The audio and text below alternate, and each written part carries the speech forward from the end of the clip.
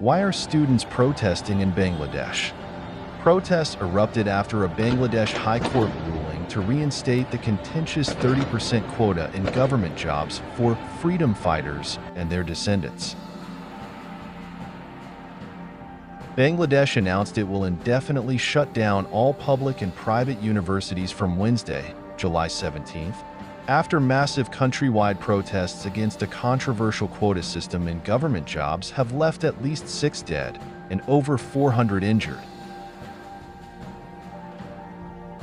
The protests erupted in the wake of a June 5th ruling by the Bangladesh High Court reinstating the 30% quota for freedom fighters and their descendants in government jobs, which was repealed in 2018 after a massive agitation led by students and teachers. Prime Minister Sheikh Hasina, on Sunday, further added fuel to the fire by referring to the protesters as razakars, a derogatory Bangla word for traitors, with some grim historical baggage. A controversial quota system. Government jobs in Bangladesh are highly coveted as a stable and lucrative source of income. According to AP, nearly 400,000 graduates compete every year for around 3,000 such jobs. Until 2018, 56% of government jobs were reserved for various categories. The majority, 30%, were reserved for family members of veterans who had fought for Bangladesh's liberation in 1971. Women and people from underdeveloped districts enjoyed 10% reservation each. Members of tribal communities got 5%, and 1% was reserved for persons with disabilities. This left only 44% of all openings available for open admission. The freedom fighters quota was particularly contentious since many people perceived it to be favoring those loyal to Hasina's party, the Awami League, which headed the Bangladeshi liberation struggle.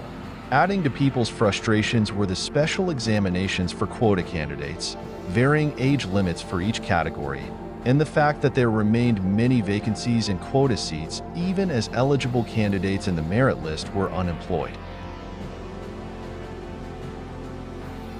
In April 2018, students and teachers embarked on a 4-month-long protest demanding the removal of these conditions and a reduction in the overall reservation to 10%. Violence ensued, with protesters coming to blows with the Bangladesh Chhatra League, the student wing of the ruling Awami League, and the police. Following an international outcry, Hasina announced the removal of all quotas. A court ruling and massive protests.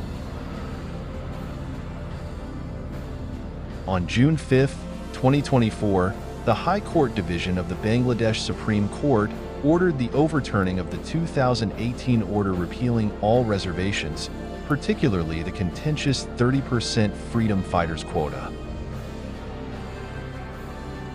While early resistance made itself known in Dhaka in June, larger protests picked up after Eid al-Adha festivities ended on June 17th. The countrywide Bangla Band came into effect on July 7th, even as the appellate division of the Supreme Court stayed the implementation of the order for a month. Protesters have this time demanded the removal of discriminatory quotas from all grades, to limit the overall reservation to 5% for backward populations as identified in the Constitution, and to pass a bill in Parliament to secure this change. In effect, this amounts to a removal of the quota empowering the families of freedom fighters, while retaining quota benefits for physically disabled and tribal people. Protests took a violent turn on Monday with clashes between the anti-quota protesters and the BCL and police at various universities across the country. At least 6 persons, including 3 students, were killed, prompting the indefinite closure of all educational institutes across Bangladesh. The higher secondary certificate exam, scheduled to be held on Thursday, has also been canceled. The border guard has been deployed at various locations across the country.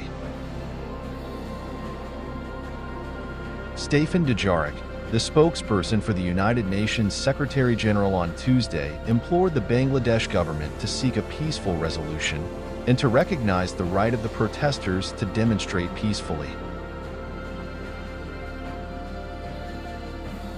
Hasina's Razakar jibe. So far, however, Hasina has done little to calm things down. Instead, her comments have only made the situation worse. Are the children and grandchildren of freedom fighters not talented? Are only the children and grandchildren of the Razakars talented? She said in a press conference on Sunday. Over the years, the Awami League, Hasina's party, has often referred to its government's critics and dissidents as Razakars, evoking the brutal collaborationists who raped and massacred Bengali civilians during the Liberation War.